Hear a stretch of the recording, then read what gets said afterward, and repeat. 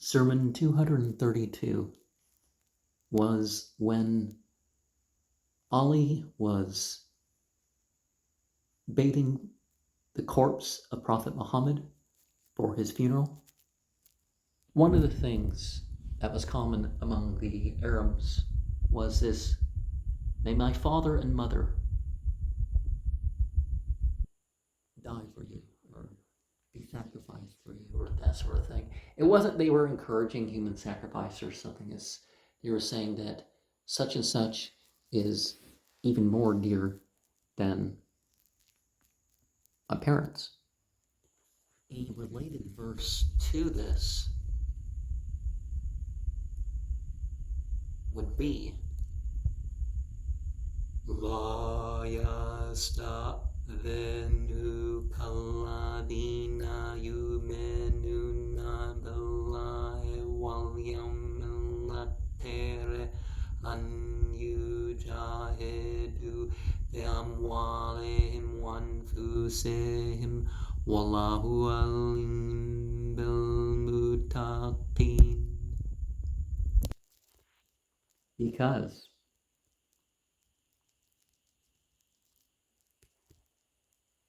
we should regard God, his messenger, and the striving in his cause as more dear than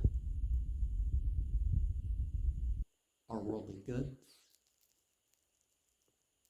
our business, what we've bought with our wealth, our tribe, our spouses, our siblings, our children, our parents, and of course anything other than that preference is considered wrongdoing. The loss of Prophet Muhammad was a universal loss. The endurance of the believers prevents the bewailing and the wearing of mourning clothes and the sadomasochistic displays and all that sort of stuff. And everyone's going to die. It's not that, oh, well, somebody could be so pious or powerful, or no, that's not going to happen. And one of the reasons why people reject the reliable Islamic traditions is because they are supporting a false prophet, or because they want to rise up themselves.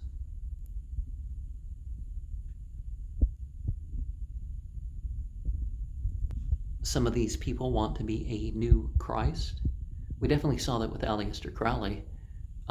He was very encouraging when somebody said that, Crowleyanity or some other phrase like that was going to be replace Christianity and all that as the dominant religion, and Christianity was going to go away and all that other stuff. So yeah, he spoke about he used that himself. Some people think that Luciferianism is, oh, you're going to make yourself like the new Jesus. And it's like, I guess it's that way for some people, but that's not really the basis of it. You bring out the light. It's actually closer. The base of the thing is closer to, the sort of thing we hear encouraged here is that you find the truth is and express it directly, and you shine such an example forth that, your light that ends up guiding others. Of course, people are concerned about freedom, and it's like, well, it was the church states and stuff like this, rather than the people who actually had a religious state that, did that sort of stuff. It's not about forcing things. And rulers change when times changes, but the base of religious authority remains the same. And eloquence and rhetoric are essential. One of the things that by studying sermons, such as in Nahjul Balaghah, it gives us a way of speaking to people, a way of looking at meanings, a way that puts our opinion beneath that of what the Creator revealed and inspired, and distinguishes it in such a way that if there's a problem, the problem is with us. Now, the problem was exposed with some of the teachers, you could say, but it leaves that open. And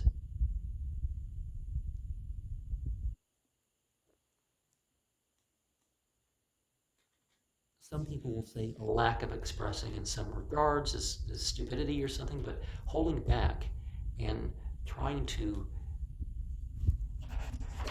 show the way with what little that you express is a better way to live one's life. And of course, one of the things that we look at, which a lot of people, Muhammad didn't have miracles, like the Quran's enough. But there's a book that lists 319 more historically verified miracles than anything you find in the Bible to Jesus. But okay, that's so a lot of people accepted Islam when they heard of some. Oh, you guys taught this, and this is why this happened this year.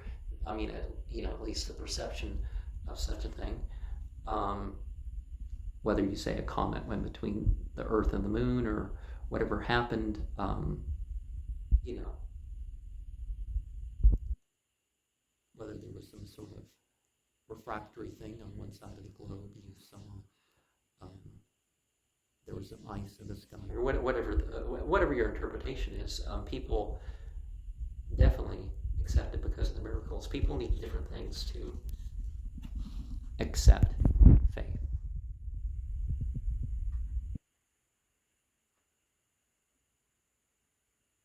And when people weren't sure, they recorded it as, they weren't sure.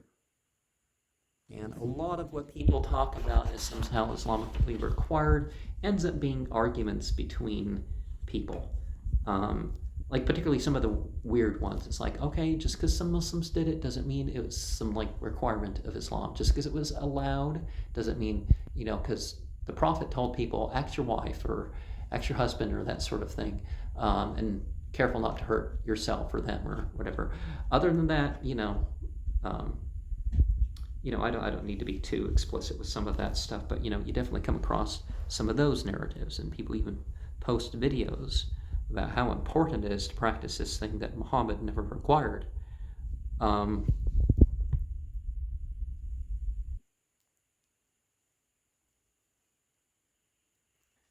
important thing about Nahjul Balaghah is that it's, it addresses things from different angles. There's different types of examples. And I urge you, in the Sunni tradition, read the whole chapters, particularly the Sunni tradition. Read the whole chapters, look at what the Quran has to say. Remember, the Quran is the final word, as we have seen indicated in multiple ways in the Quran. In Bukhari Muslim, you have the narration about how the earlier sayings are adjusted by some of the later sayings. The Quran adjusts some of those. Nowhere in the Quran does it say that any part of the Quran is annulled, and those with that doctrine don't agree on anything in particular in that regards. But the Shia do not believe that any of the Quran was taken away, that the Quran was, as it says of itself, preserved. Now, there are certain revelations that Muhammad didn't remember, and I think that is what was misunderstood. But the Quran doesn't hold that position, and